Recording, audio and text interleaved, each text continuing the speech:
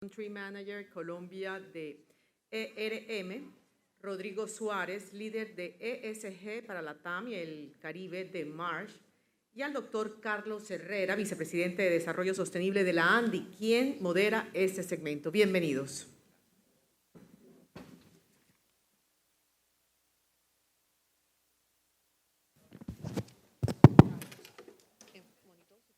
Listo, bien. Bueno, buenos días a todas y a todos. Un gusto, gracias a los organizadores por la invitación para hablar con estos dos caballeros sobre el tema de descarbonización en la cadena logística de puertos de zonas francas. Sin más preámbulos, empecemos con mi colega Rodrigo. Rodrigo tiene un cargo muy particular porque es líder en Marsh, que es una empresa de seguros que trabaja en los temas de riesgos, por supuesto. Entonces quería que nos dieras una visión para esta cadena, para este sector. ¿Cómo ven ustedes el tema de los riesgos que se avecinan a partir del cambio climático? Perfecto, Carlos, muchísimas gracias y muy buenos días para todos. Nosotros elaboramos el informe global de riesgos de Marsh McLennan para el Foro Económico Mundial.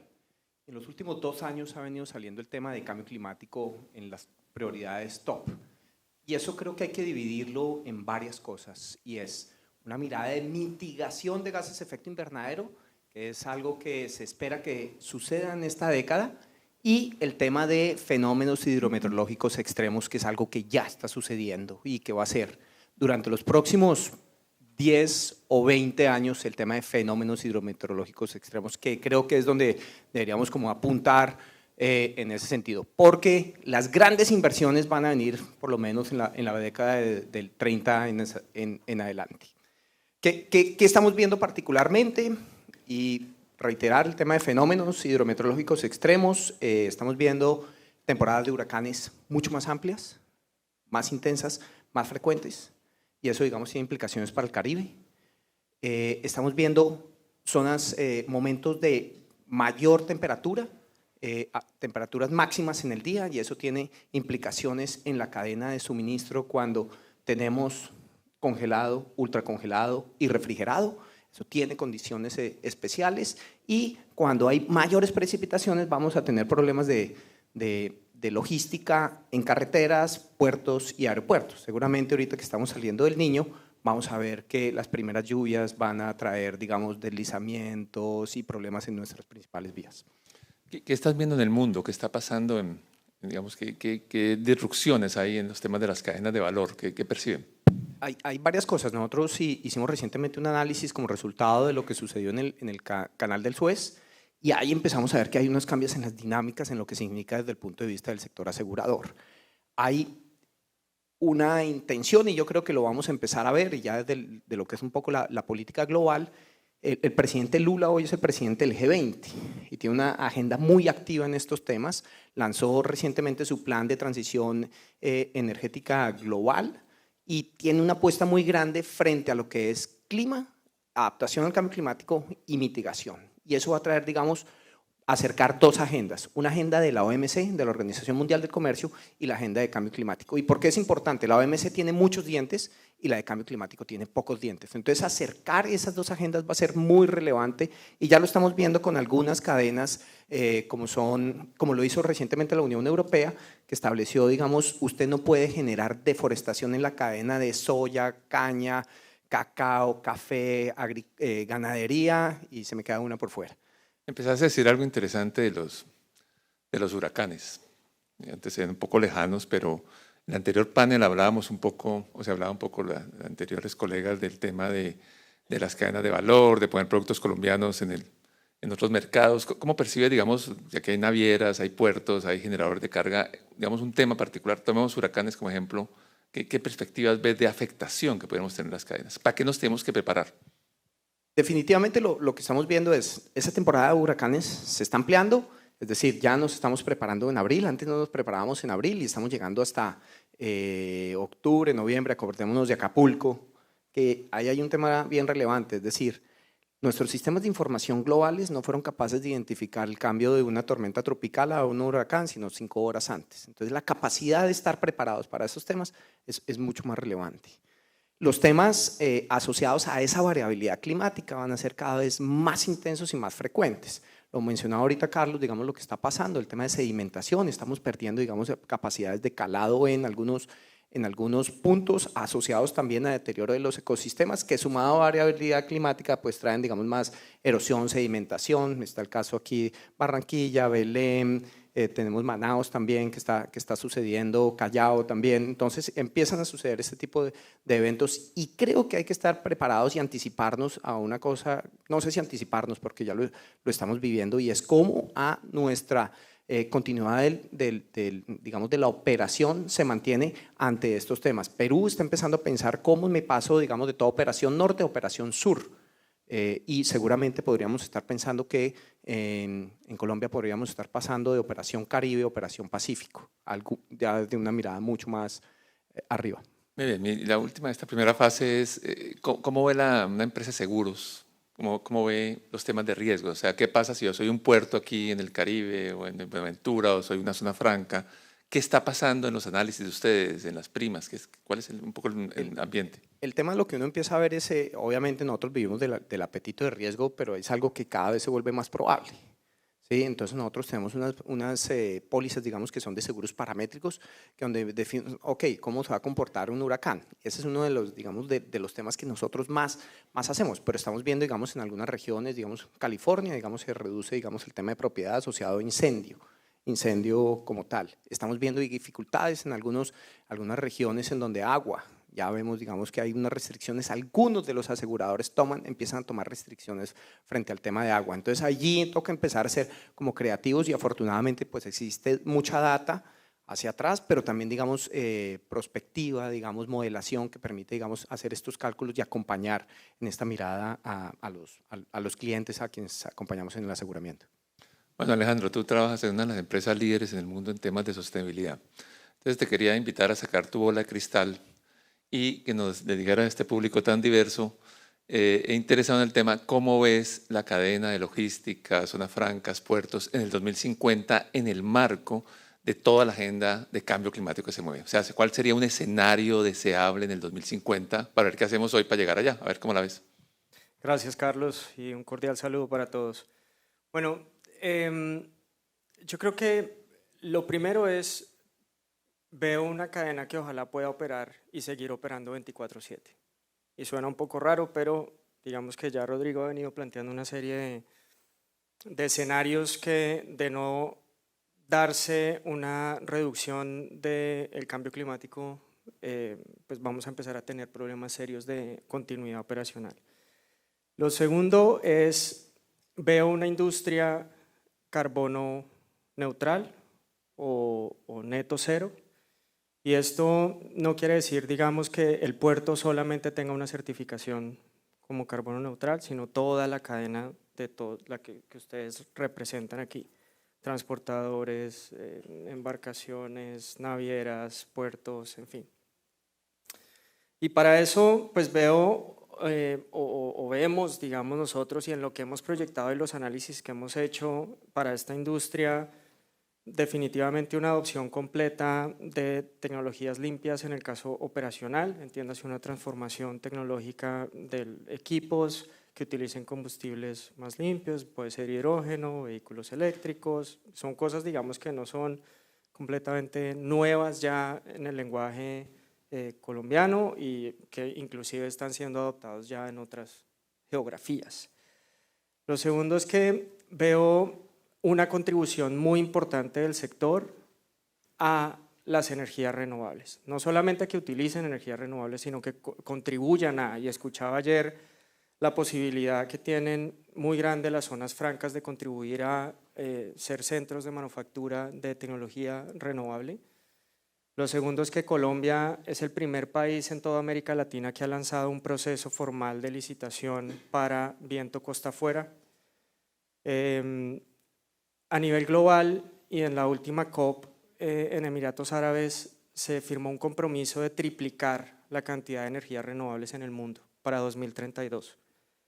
Esa aceleración que se necesita para poder incrementar esa energía renovable definitivamente va a estar liderada por viento costa afuera. En Colombia, y por la experiencia que tenemos de acompañar al gobierno británico principalmente en la generación de este tipo de energía y al haber hecho la hoja de ruta para Colombia para el desarrollo de viento costa afuera, creemos que de un proceso normal de 15, 17 años para tener esos proyectos operando en Colombia, veríamos la posibilidad de tener proyectos en un periodo un poco más corto, 10, 12 años, idealmente. Y para eso este sector es determinante. Los puertos tienen una gran oportunidad para ser lugares de fabricación de estos equipos. La dimensión de estos equipos es muy distinta a lo que tenemos hoy en día en tamaño, por lo tanto se debe adecuar esa infraestructura. Y al ser Colombia el primer país, digamos, al lanzar esta ronda, pues tiene también la oportunidad de poder ser un hub para poder ampliar, digamos, que la distribución y construcción de estos equipos a otros países de la región. Y por último, diría que veo también un sector con una enorme posibilidad para el nearshoring. Nosotros somos un país que, si bien hoy lamentablemente estamos pasando por una situación complicada en términos de suministro energético, el país como tal tiene una matriz limpia energéticamente, y eso, ya hablando en la economía de hoy en día y del futuro muy próximo en términos de toneladas de carbono por cada producto, lo que sea que se haga, todo lo que se haga en Colombia tiene una diferenciación muy importante, y este sector pues tiene una gran oportunidad ahí para poderse aproximar, digamos, que a lo que está pasando con… Bueno, Alejandro, me parece interesante el enfoque, porque estaba pensando que nos ibas a poner un montón de obstáculos, dificultades, costos, y nos presentaste un montón de oportunidades que al 2050. Yo quisiera ser muy optimista, pero tus clientes están, digamos, tienes clientes en puertos o en transportadores o navieras o zonas francas o generadores de carga. Ellos están realmente generando políticas, digamos, con metas al 2030, 40, 50, 60 de descarbonización. ¿Estás viendo eso? O sea, si vamos en el camino, pues todos los informes dicen que no, pero ¿cómo lo ves en Colombia? O en el mundo, finalmente. Bueno, en el mundo definitivamente hay un rezago, o sea, es evidente, y en la última COP se presentó que no estamos en la línea, lamentablemente, de los escenarios que se habían trazado, pero sí vemos un gran compromiso yo diría que de dos sectores claves para poder dinamizar esto. Uno, el sector financiero. Digamos que la diversificación de productos y el interés de colocar recursos a un menor costo para poder financiar esta transición es un compromiso, y estamos viendo una tendencia enorme en eso. Es más, la banca está fijando metas de cuánto dinero puede colocar para financiar la transición, en fin, entendiendo igual que todo esto es una gran oportunidad de negocio para todos.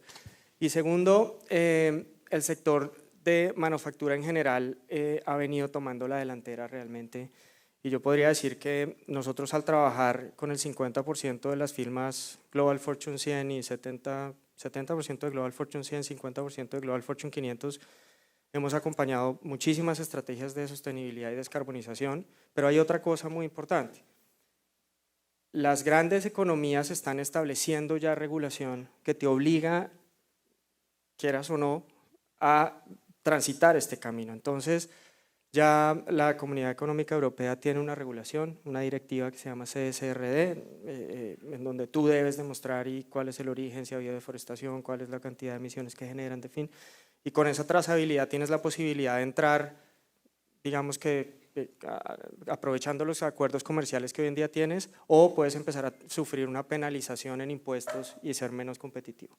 Y en el caso de los Estados Unidos, por ejemplo, la SEC acaba de emitir una obligación para reportar también cómo estás en términos de descarbonización. Entonces, sí hay una tendencia de transformación, sí hay planes de ruta, sí hay estrategias, pero también sí bien creo, y es algo en lo que nosotros estamos en este momento esforzándonos y trabajando mucho, y es en aterrizar esas estrategias y en hacerlas reales, en operativizarlas, porque muchas veces se establecen unas rutas, se toman los mangos bajitos y llega un punto donde uno dice, bueno, ¿y ahora qué más hago? ¿Cómo llego ahí?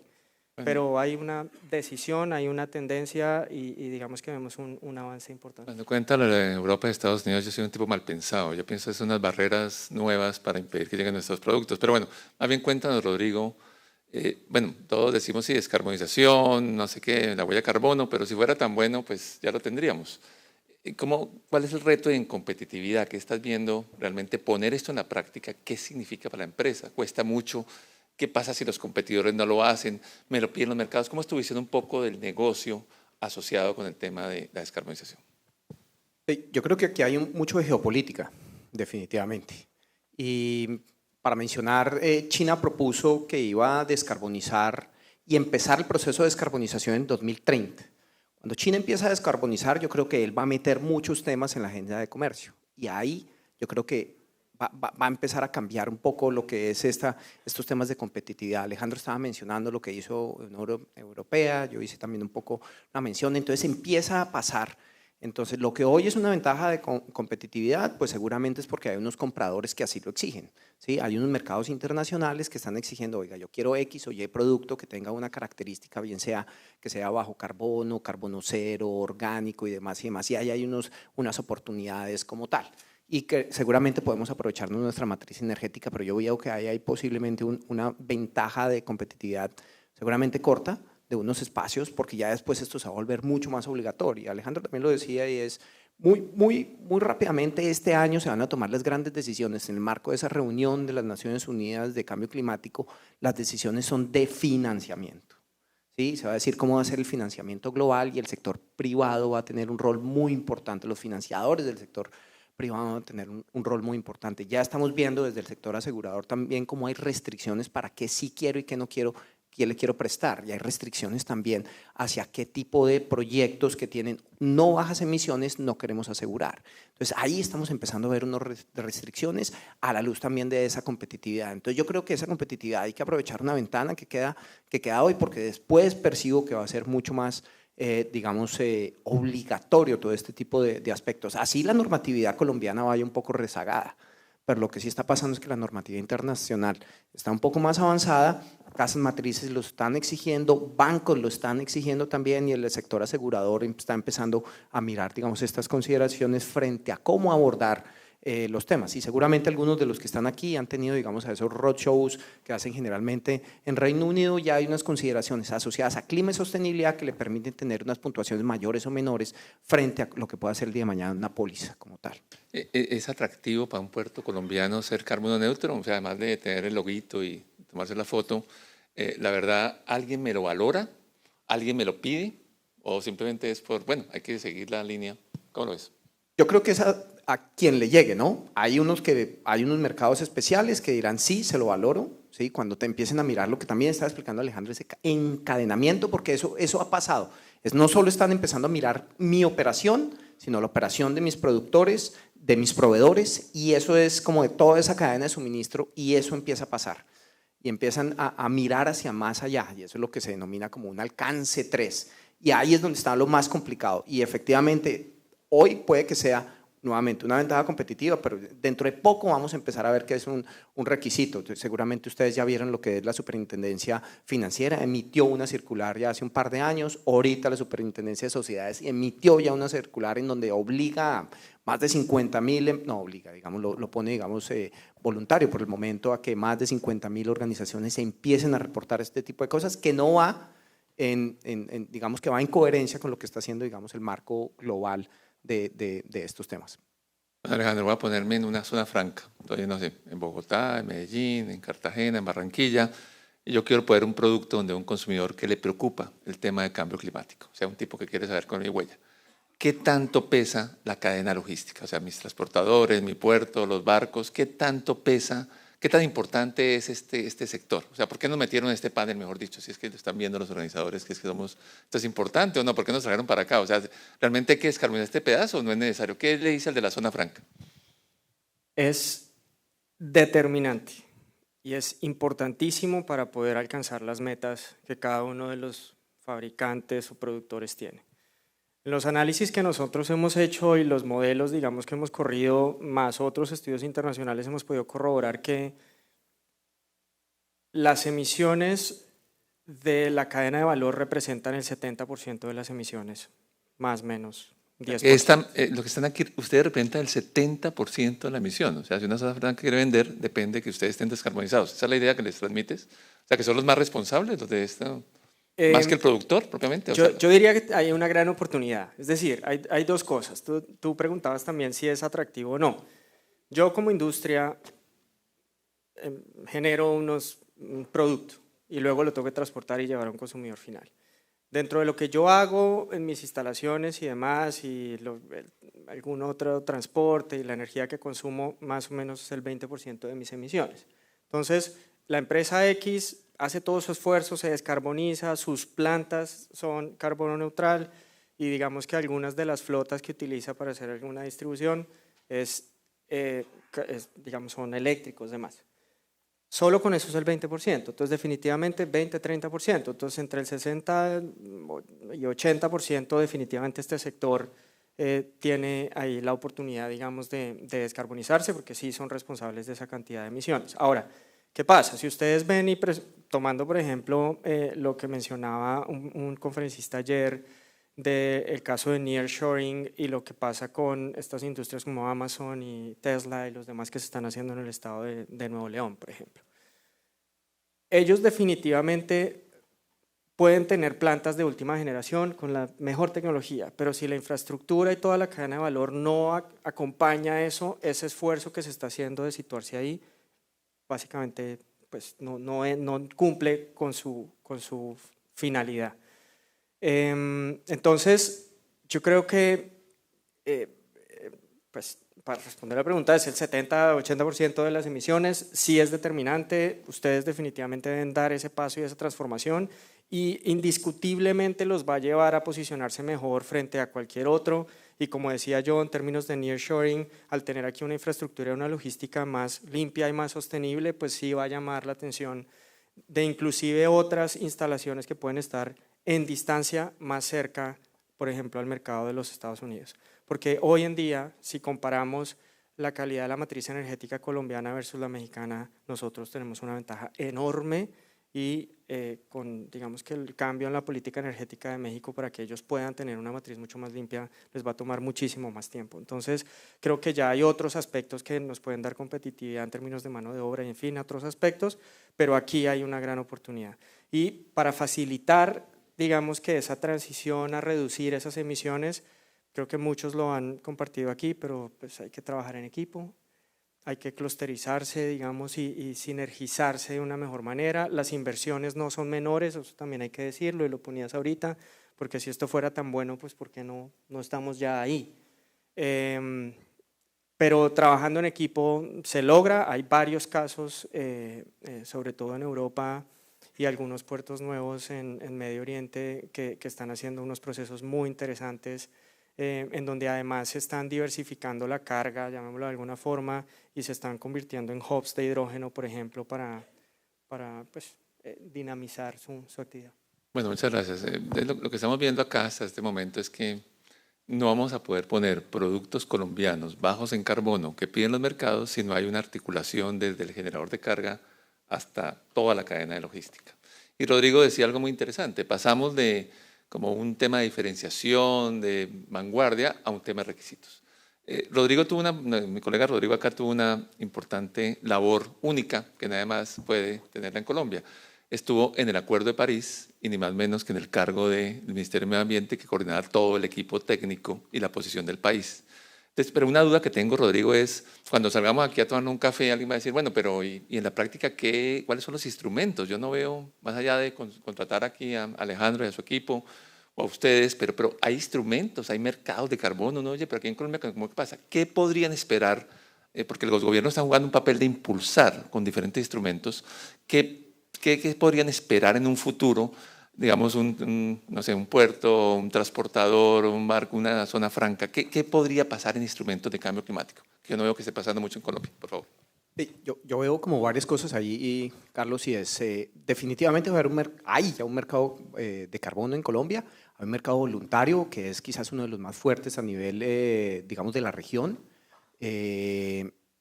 aunque ya por algunas consideraciones que voy a decir ahorita, Brasil está empujando muchísimo más grande y pues Brasil es 10 veces más grande que nosotros, pero entonces ahí hay un mercado bien interesante. Desafortunadamente ha perdido un poquito de ¿cómo llamarlo? Como de apetito por falta de transparencia, porque siempre pasan cosas debajo de la mesa, porque no se está haciendo de la mejor manera, pero ahí hay un instrumento que Colombia debería aprovechar muy fuerte con lo que está diciendo Alejandro, es decir, hay unas oportunidades de eficiencia energética, y si bien Alejandro mencionó que había que triplicar, digamos, los esfuerzos en energías renovables, hay que duplicar los esfuerzos en eficiencias energéticas, y ahí Colombia tiene una oportunidad enorme. ¿Y por qué lo digo? Porque pues gran parte de nuestra infraestructura no es moderna.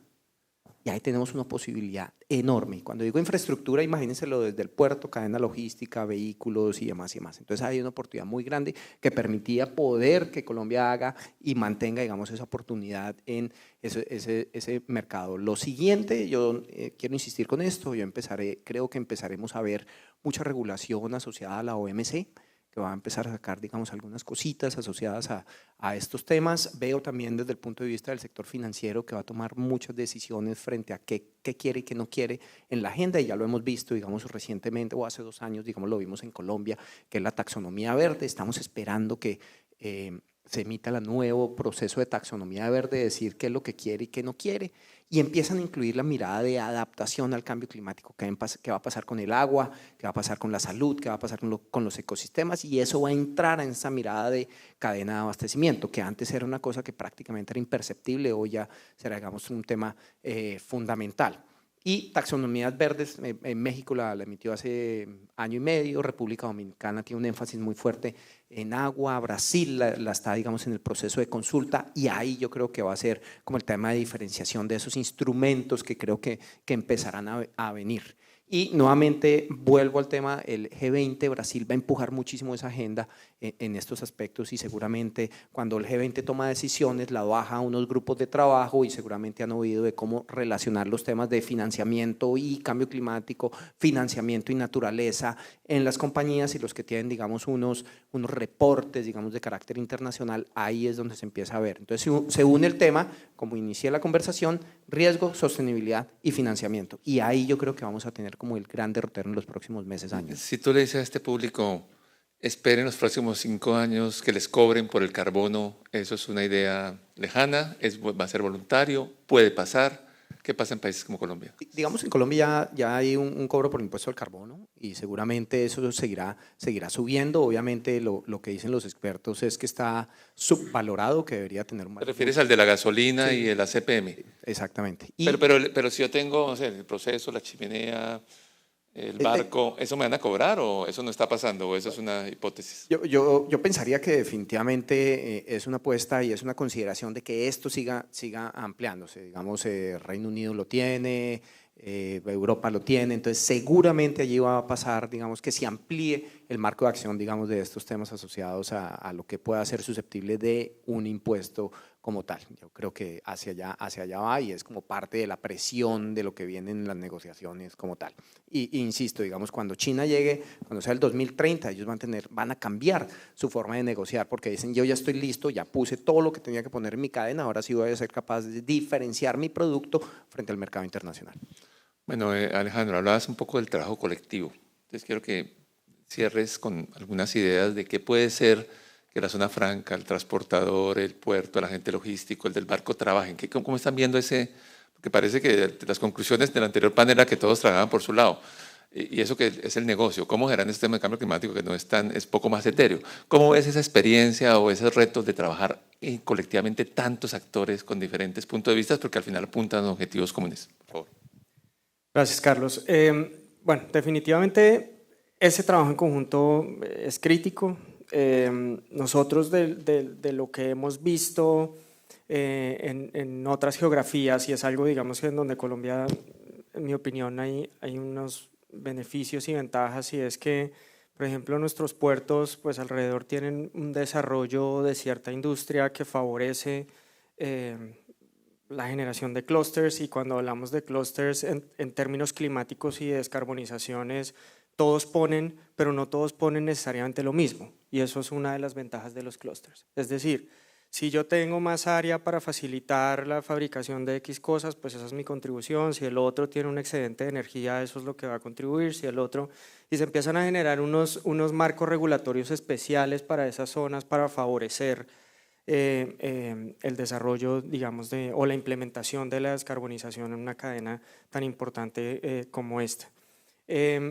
Lo otro es, en ese trabajo en conjunto, y lo mencionaban ayer también del Estado de Nuevo León, es tener una hoja de ruta clara y coordinada entre el sector privado, con una visión a corto, mediano y largo plazo, con unos derroteros muy claros sobre los cuales hay que seguir avanzando. De lo contrario, pues no se van a conseguir los resultados que se quieren. los gobiernos tienen variaciones y eso definitivamente afecta el flujo de las iniciativas, pero esa posición de industria, esos derroteros y eso es determinante. Y lo último es poder innovar y compartir. No todos tienen la misma especialidad y no todos tienen los mismos aliados. En la medida en la que se logre, digamos que concentrar la innovación por fortalezas y compartir eso hace que mucho más rápido se pueda diseminar esta transición, digamos, climática como lo hemos visto. En este caso, y voy a poner un par de ejemplos. No acabo. Okay. Uno. Bueno, un ejemplo. Para cumplir con el horario, quiero agradecer a nuestros dos panelistas. Creo que queda una agenda amplia hacia el futuro. 70% de las emisiones están en esta sala y vienen en cantidad de oportunidades. Muchas gracias. Acompáñenme con un aplauso a nuestros dos panelistas para agradecerles. Muchísimas gracias, señor moderador, panelistas, por sus aportes. Los invitamos a ver el